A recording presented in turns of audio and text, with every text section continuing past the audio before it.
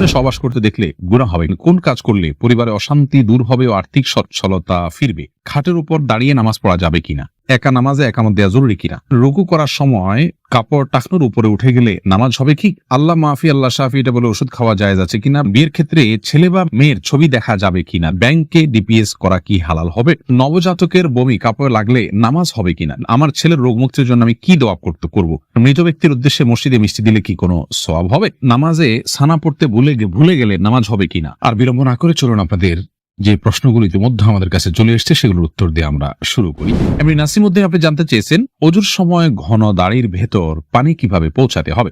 দেখুন, পানি এভাবে কোষ করে ধরে আপনি যেভাবে ভিজিয়ে রাখেন তাহলে সেক্ষেত্রে যত ঘন দাড়ি হোক না কেন গোড়ায় চলে যাবে। এরপরে রোজি আপনি জানতেছেন রুকু করার সময় কাপড় টাকনোর উপরে উঠে গেলে নামাজ হবে কি? দেখুন, রুকু করার সময় যদি টাকনোর উপরে কাপড় উঠে যায় তাহলে সেক্ষেত্রে আপনার মেয়ে মানুষ হিসাবে সামান্য এক ঝলকের জন্য উঠলো, 1 সেকেন্ড 2 সেকেন্ডের জন্য উঠলো, তাতে গুনাহ হবে না ইনশাআল্লাহ বিইذনিল্লাহ। মোশাররফ হোসেন জানতে চেয়েছেন নামাজে সানা পড়তে ভুলে গেলে নামাজ হবে কিনা? হ্যাঁ ভাই, নামাজ হয়ে যাবে, কারণ সানা পড়া এটা নামাজের জন্য ফরজ বা ওয়াজিব নয়। ফরজ বা ওয়াজিব নয় এমন কোনো কিছু ছুটে গেলে নামাজ হয়ে যাবে, কোনো অসুবিধা নেই। নুসরাত জাহান ইমু আপনি জানতে চেয়েছেন মৃত ব্যক্তির সামনে আগরবাতি জ্বালানো যাবে কিনা? দেখুন, আগরবাতি মূলত জ্বালানোর নির্দেশ হলো সুঘ্রাণের জন্য। অতএব মৃত ব্যক্তিকে রেখেছেন, তার দেহ থেকে কোনো দুর্গন্ধ আসতে পারে, সেই জায়গা থেকে আপনি সুঘ্রাণ যুক্ত কোনো কিছু ব্যবহার করতেই পারেন, আগরবাতি জ্বালাতেই পারেন। এছাড়া মসজিদে আগরবাতি জ্বালানোর কথা মুরাদ তারা বলেছেন। ইমানদারের বাসা বাড়িতে আগরবাতি অথবা ধূপের আপনার ধোঁয়া এটা প্রজ্বলন করা হবে সুঘ্রাণের জন্য, এটি ভালো, এটি খারাপ কোনো কাজ নয়। তবে মৃত ব্যক্তির জন্য করতেই হবে এমন কোনো বিষয় নয়। এমডি শাফি জানতেছেন মোবাইলে ইমার্জেন্সি টাকা খরচ করে টাকা না দিয়ে মারা গেলে ক্ষমা হবে কি? না ভাই, এটা গুনাহের কারণ। এজন্যই ইমার্জেন্সি ব্যালেন্স নিলে খুব দ্রুত সেটা পরিশোধ করার চেষ্টা করে ফেলা উচিত।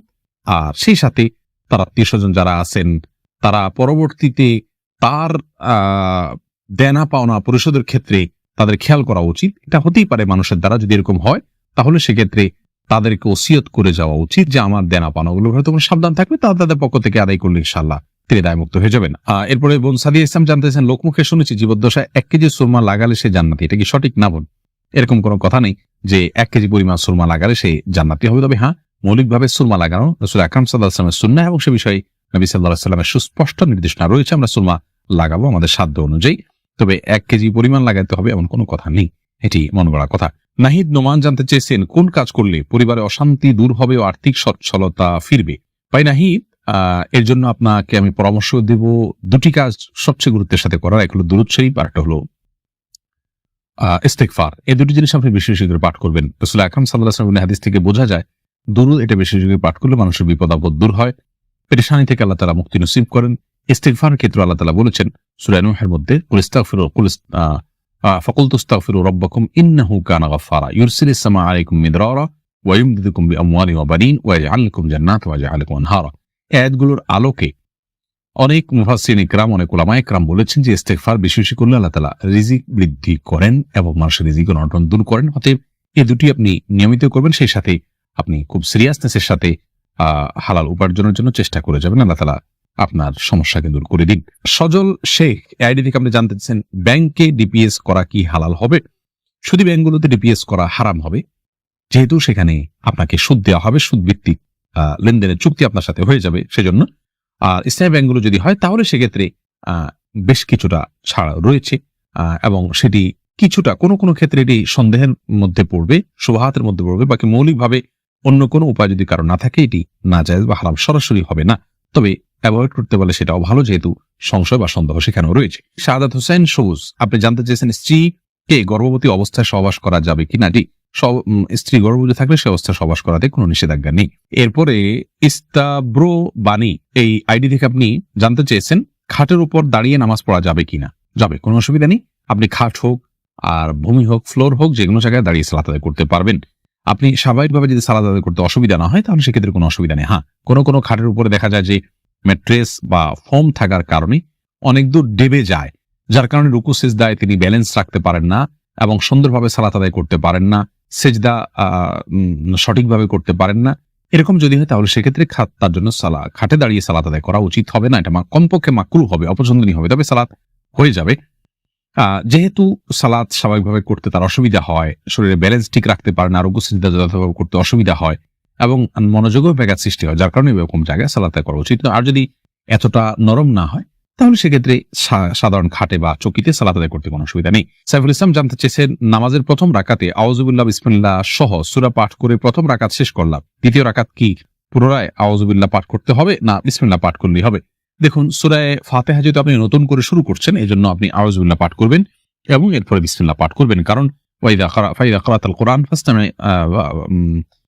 ফাস্তাইয বিল্লাহি মিনাশ শাইতানির রাজিম, আল্লাহ তাআলা বলেছেন কোরআন যখন পাঠ করবে তখন তুমি আল্লাহ তাআলার কাছে আশ্রয় চাইবে শয়তান থেকে। এই জন্য প্রথম রাকাতে আপনি সূরা ফাতিহা পাঠ করেছেন, এরপরে আপনি রুকু করেছেন, সিজদা করেছেন, তাসবিহ পাঠ করেছেন, অনেকগুলো কাজ করেছেন, আবার নতুন করে আপনি তেলাওয়াত শুরু করছেন, যার কারণে আপনি এখানে আউযুবিল্লাহ সূরা দুইটা পাঠ করবেন। আয়েশা আহমেদ, আপনি ইউটিউব চ্যানেলে প্রশ্ন করেছেন, বিয়ের ক্ষেত্রে ছেলে বা মেয়ের ছবি দেখা যাবে কিনা? দেখুন, ছেলে বা মেয়ের ছবি দেখা যাবে বিয়ের ক্ষেত্রে শর্ত সাপেক্ষে। আর সে শর্ত হলো, ছেলে মেয়ের ছবি দেখবে, তার কোনো বাবা, অভিভাবক বা অন্য কাউকে দেখাবে না এবং দেখার পরে ঠিক মুছে ফেলবে নিজের কাছ থেকে, এবং মেয়েও ছেলের ছবি দেখবেন এবং সেটি ফিতনায় পতিত হয়, ছবি দেখে বাজে চিন্তা হয়, বিবাহ ছাড়া আগ পর্যন্ত সেই সুযোগ যেন না থাকে, সেজন্য এটি রিমুভ করে ফেলবেন।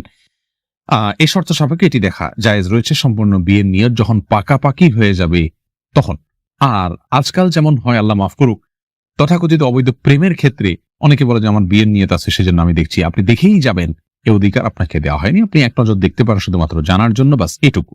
এরপরে আপনি সেটার কন্টিনিউ করতে পারবেন না। মহিমা মাহি, আপনি জানতে চেয়েছেন নবজাতকের বমি কাপড়ে লাগলে নামাজ হবে কিনা? দেখুন, বমি নাপাক, সেটা নবজাতক হোক অথবা প্রাপ্তবয়স্ক কেউ হোক, সবার বমি নাপাক, যার কারণে এটি লাগলে নাপাক হয়ে যাবে।